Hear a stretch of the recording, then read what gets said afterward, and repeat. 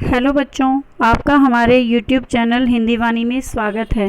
पिछले भाग में हमने पढ़ा था कक्षा 9वीं की पाठ्यपुस्तक क्षितिज का पाठ 2 लहसा की ओर। इस पाठ के लेखक हैं राहुल सांकृत्यायन। लहसा की ओर एक यात्रा व्रत है। इसमें राहुल सांकृत्यायन ने अपनी तिब्बत यात्रा का अत्यंत सुंदर वर्णन किया है। लेखक ने यह यात्रा नियमानुकूल नहीं की, अपितु छद्मवेश में की थी, यानी एक भिखारी के वेशभूषा में की थी, क्योंकि उस समय भारतीयों को तिब्बत यात्रा की अनुमति नहीं थी। इस यात्रा व्रत में लेखक का प्रमुख उद्देश्य तिब्बत के लोगों के जीवन का वर्णन था, यानी वह हमारे सामने तिब्बत के लोगों के जीवन का, उनके रीति रिवाज, खान पान, व्यवसाय, सामाजिक तथा सांस्कृतिक रीति रिवाजों का वर्णन करना चाहते थे। आज इस भाग में हम इस पाठ से लिए गए अभ्यास के प्रश्नोत्तर पढ़ेंगे। हमारा पहला प्रश्न है, थोड़ला के आखिरी गांव पहुंचने पर भिखमंगे के वेश में होने के बावजूद लेखक को ठहरने के लिए उचित स्थान मिला, जबकि दूसरी यात्रा के समय भद्रवेश भी उन्हें उचित स्थान नहीं दिला सका। उत्तर, ऐसा क्यों है? उत्तर है, लेखक जब पहली बार तिब्बत की यात्रा पर गया तो एक भिखारी के वेश में था। यात्रा के समय मार्ग में उसकी मुलाकात मंगोल जाति के बौद्ध भिक्षु से हुई थी, जिसे लेखक ने सुमति का नाम दिया, यानी उनका नाम कुछ और था। लेखक ने उन्हें सुमति कहकर पुकारा। सुमति की तिब्बत के गांव में बहुत अधिक जान पहचान थी। वहां के लोग उसका खूब आदर सम्मान करते थे। उनके साथ होने के कारण ही लेखक को भिखारी के वेश में भी ठहरने का उचित स्थान मिला। किंतु दूसरी बार वह एक सम्मानित यात्री के रूप में संध्या के समय तिब्बत पहुंचा था। उस समय वहाँ के लोग नशीला पदार्थ पीने के कारण नशे की अवस्था में थे, इसलिए उसे ठहरने के लिए कोई उचित स्थान नहीं मिल सका था। प्रश्न दूसरा, उस समय के तिब्बत में हथियार का कानून न रहने के कारण यात्रियों को किस प्रकार का भय बना रहता था? उत्तर है, उस समय जब लेखक ने तिब्बत की यात्रा की थी तब वहाँ पर हथियार का कानून न होने के कारण लोग कठिनाइयों का सामना करते थे तथा सभी लोग लाठियों की भांति पिस्तौल और बंदूक उठाए फिरते थे। उस समय एकांत मार्ग पर चलते समय डाकुओं का भय सदा बना रहता था कि कहीं कोई डाकू आकर उनका खून न कर डाले, उन्हें ना मार डाले। कहने का भाव यह है कि यात्रियों के साथ लूटपाट व उनकी हत्या होने का भय सदा बना रहता था। हमारा प्रश्न तीसरा है, लेखक लड़कों के मार्ग में अपने साथियों से किस कारण पिछड़ गया था? उत्तर है, लेखक के अपने साथियों से पिछड़ने के 2 कारण थे। पहला, उसका घोड़ा बहुत धीमी चाल से चल रहा था। दूसरा कारण यह था कि लेखक रास्ता भूल गया था। उसे 1-1.5 मील चलने पर पता चला कि वह गलत मार्ग पर जा रहा है। वहाँ से लौटने में भी उसे देरी हो गई थी। प्रश्न 4, लेखक ने शेखर विहार में सुमति को उसके यजमानों के पास जाने से रोका, किंतु दूसरी बार रोकने का प्रयास क्यों नहीं किया? उत्तर है, शेखर विहार में लेखक का मित्र सुमति अपने यजमानों को, जो आसपास के गांव में ही रहते थे, उनसे मिलना चाहता था।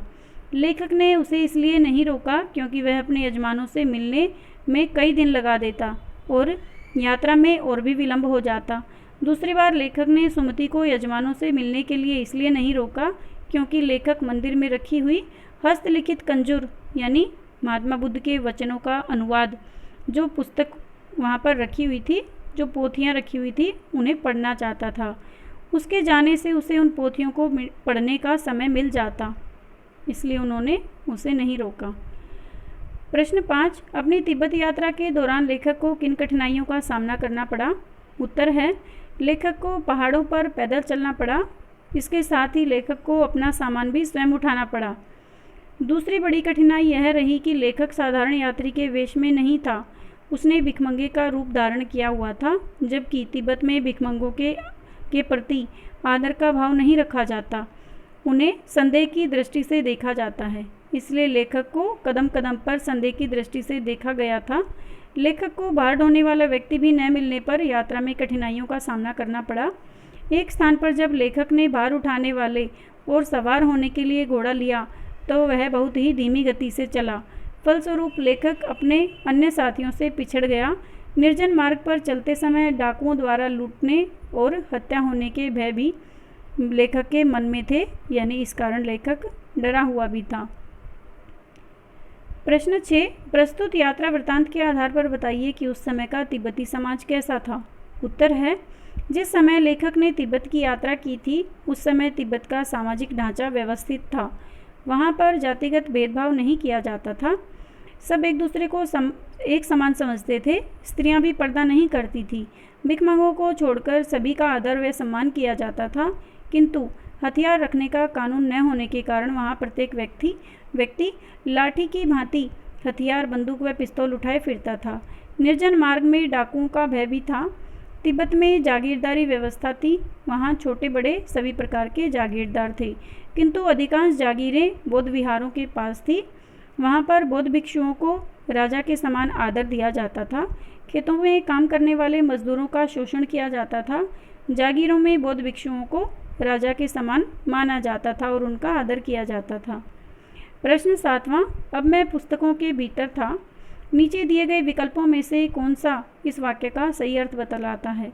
उत्तर है नंबर क, लेखक पुस्तकें पढ़ने में रम गया था। ख, लेखक पुस्तकों के शेल्फ के भीतर चला गया। ग, लेखक के चारों ओर पुस्तकें ही थी। या घ, लेखक का परिचय और चित्र उस पुस्तक में छपा था। सही उत्तर है, लेखक पुस्तकें पढ़ने में रम गया था, इसलिए उन्होंने यह कहा कि अब मैं पुस्तकों के भीतर था, यानी उन्हें पढ़ने में व्यस्त हो गया था और उनका मन जो था वो पुस्तकों में रम गया था। उम्मीद है बच्चों आपको अभ्यास के ये प्रश्नोत्तर और यह पाठ अच्छे से समझ में आ गया होगा। यदि आपको यह वीडियो अच्छा लगा तो आप इसे अपने दोस्तों के साथ ज़रूर शेयर करें और यदि कोई आपके मन में सुझाव है तो हमें कमेंट करके ज़रूर बताएं। धन्यवाद।